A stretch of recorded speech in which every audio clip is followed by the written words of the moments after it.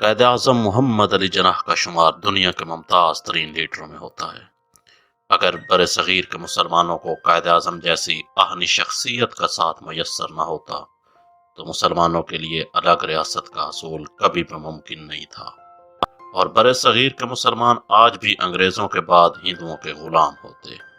یہ اللہ تعالی عز و جل کا برصغیر کے مسلمانوں پر بے پایاں کرم و احسان تھا کہ اللہ تعالیٰ نے مسلمانوں کو قائد اعظم جیسی مخلص، دیانتدار اور قد آور شخصیت سے نوازا۔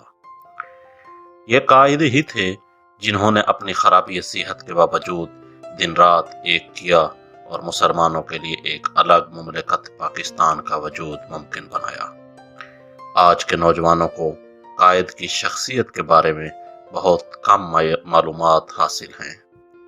ان نوجوانوں تک قائد کی صرف وہی باتیں پہنچی ہیں جو کہ انہوں نے درسی کتب سے حاصل کی ہیں، جو کہ بہت کم ہیں۔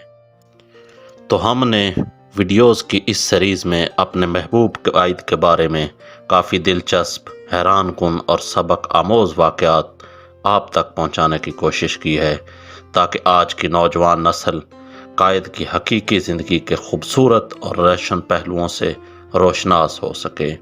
امید ہے کہ آپ لوگوں کو ہماری کاوش ضرور پسند آئے گی۔ اس سیریز کی تمام ویڈیوز کو دیکھنا مت بھولیں۔ یوں تو قائد کی ساری زندگی ہی ہمارے لیے مشعل راہ ہے، لیکن ان کے کچھ واقعات سنہری حروف میں لکھے جانے کے قابل ہیں۔ ایسا ہی ایک واقعہ ہم آپ کو آج سنانے جا رہے ہیں۔ مسٹر جناح اس وقت ممبئی میں واحد مسلمان پرستر تھے۔ ممکن ہے کہ دو ایک اور بھی ہوں، لیکن ان میں سے کوئی بھی قابل ذکر نہ تھا۔ نامور وکلاء میں اکثر ہندو یا پارسی ہوتے تھے، اور شاید وہ اس بات پر خوش نہ تھے کہ مسلمان تاجروں کے خاندان کا ایک نوجوان بیرسٹر اپنے کام میں ایسی غیر معمولی محنت کر رہا ہے، اس لیے وہ جناح پر سخت نکتہ چینی کرتے تھے۔ حالانکہ حقیقت یہ ہے کہ مسٹر جناح کی زندگی لطف و عشرت سے یکسر خالی تھی۔ اپنے کام کے سوا انہیں کسی چیز سے دلچسپی نہ تھی۔ وہ دن رات اپنے مقدموں میں لگے رہتے تھے۔ بلیتھو کے بقول ممبئی کے ایک اور پرانے وکیل نے یہ بتایا کہ یہ ٹھیک ہے، جناح کے طور طریقے ذرا انوکھے تھے۔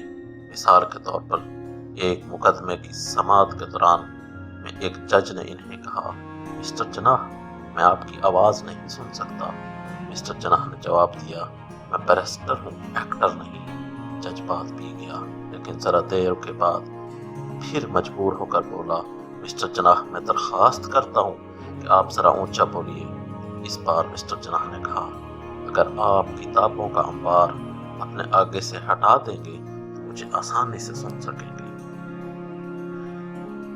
قائد کی وکالت ہی کے دور کا ایک اور واقعہ بھی بڑا دلچسپ ہے، جو بلیتھو کی کتاب جناح میں درج ہے کہ اس زمانے میں ممبئی کے ایک مشہور تاجر حاجی عبدالکریم تھے، جنہیں کسی الزام کے سلسلے میں عدالت طلب کیا گیا۔ وہ قائد کے پاس گئے اور ان سے پوچھا کہ آپ مقدمے میں کتنی فیس لیں گے۔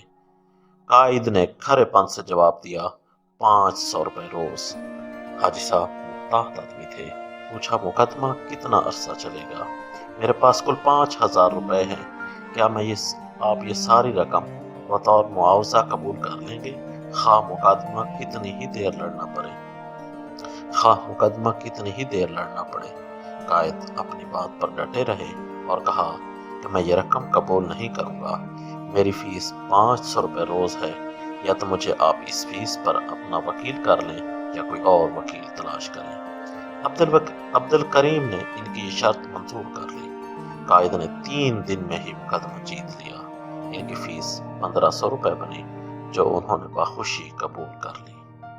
انہوں نے 1500 سے 1 روپیہ زیادہ لینا بھی گوارا نہیں کیا۔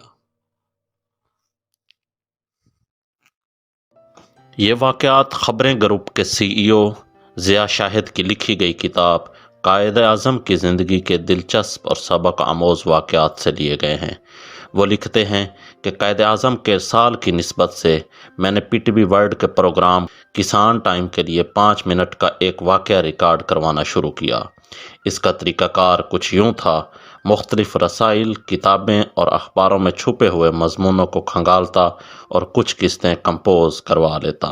سال بھر یہ سلسلہ جاری رہا اور آخر میں جب میں نے سارے مسودے دیکھے تو احساس ہوا کہ خاصے دلچسپ واقعات جمع ہو گئے ہیں۔ تو میں نے سوچا کہ مناسب ہوگا کہ اگر میں اس کو کاٹ چھانٹ کر کتابی شکل میں پرو دوں، اور یوں یہ کتاب چھپی اور یہ آپ لوگوں کے سامنے آئی، جس میں سے یہ واقعات لے کر ہم لوگ آپ تک ان ویڈیوز کی صورت میں پہنچا رہے ہیں۔